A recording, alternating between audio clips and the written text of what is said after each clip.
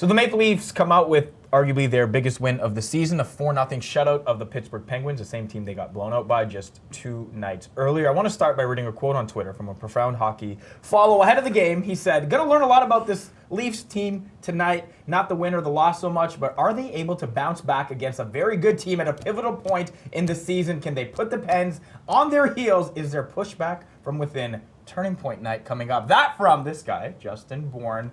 Did they check all those boxes, Justin? They did. They did. I think that was a super encouraging performance. I think if you're a fan of the Leafs and you want to have some hope going forward in the season, had they come out in the tail end of that, home and home with the Penguins and just kind of shut her down, I feel like it would have been a major failing on behalf of the Leafs and just about how you felt about their internal drive, their internal will. But that was a bit of an eye-opening performance that they do have that much still left within that group. And the energy level was great. The pushback was great. I think I did learn a lot about the Leafs.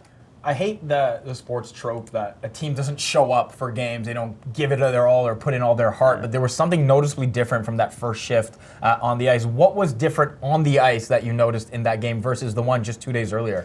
Well, you hate to say raw effort, but it kind of is a matter of raw effort with these guys. And I think there's a pattern with young kids who they get to a level all the way up to the NHL, and after a year or two of being at that level, they end up being dominant, right? It gets easy for them. And with ease, you're able to kind of take nights off and let your foot off the gas a little and still have success. And that's not the NHL. That's why a guy like Sidney Crosby is so good, because every night it's that same work ethic that you have to bring it 81 or 82 times over the course of the season. And I think it's just been a learning process for a lot of the younger Leafs. Now, one of those young Leafs is Kasperi Kapanen, I know a guy that you've wanted more out of time and time again this season. Might have been his best game as a Leaf yesterday. He was all over the ice, and when he scores in a breakaway, things are going well for Kasperi Kapanen. What did you notice different from him? Because we know before the game, Sheldon Keefe pulled out his bottom 6 players at skate and said, "We need more from you." The production just hasn't been there from the bottom part of the lineup, and for this Leafs team to be effective, I feel like you need 3 or at least 4 lines to create chance after chance after chance. And with Kasperi Kapanen on like he was last night, it gives the Leafs a whole other dimension, doesn't it? Yeah, and that's like that emotional engagement. He was the embodiment of what the Toronto Maple Leafs are looking for. And, I don't think you need that from Kasperi Kapanen 82 times, as much as you'd like to get it. I don't know if he can find that level of energy, of aggressiveness, of engagement. But if you can get it 41 times, for his salary, I think you'll take it. And that's a big thing, is what you're getting from the top half of the Leafs lineup in terms of offensive output and what they can do.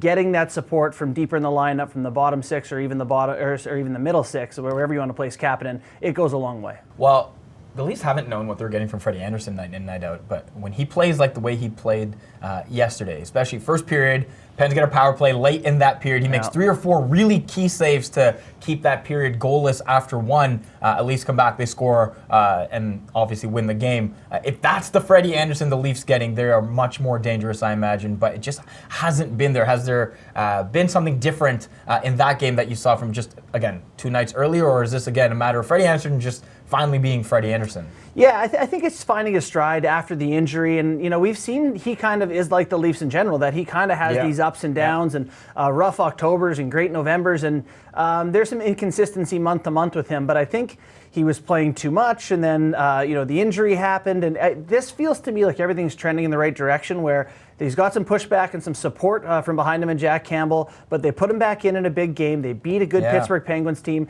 It feels to me like the start of putting him in a position to succeed. And Sheldon Keefe saying as well, there's no doubt they were going to go back to Freddie Andersen. He's our guy that could throw a lot of confidence on your number one goal. Sheldon Keefe. How much do you think the recent slump, the playoff pressure, the media market here, how much do you think that affects him internally, and how does that, change the day-to-day, or if it even does? Well, I think he's an emotional guy. That's a very real thing with Sheldon, is that he is affected by those things. But what he's good at is absorbing those emotional moments and not putting them on the team. He's generally able to have those moments alone in the coach's office or whatever, and then sort of bring a collected front to the team, which is good, right, in this market in particular. And I think that both him and Kyle share that sort of the stresses, the pressures, those are good things. That means the market cares. That means we're in the fight. They're trying to turn those pressures into positives, and I think he's done a good job of that in this transition between the Penguins games. Speaking of positives, you were exactly that on Twitter ahead of the game, saying you want to see what the team brings, and people in the mentions were extremely negative. You have anything to say to the haters? No. Listen, the schedule doesn't get any easier for the Leafs. It's Carolina on Saturday, trade deadline Monday, and then Tampa Bay and Florida next week. It should be telling to see where this Leafs team stands after that. That is Justin Bourne.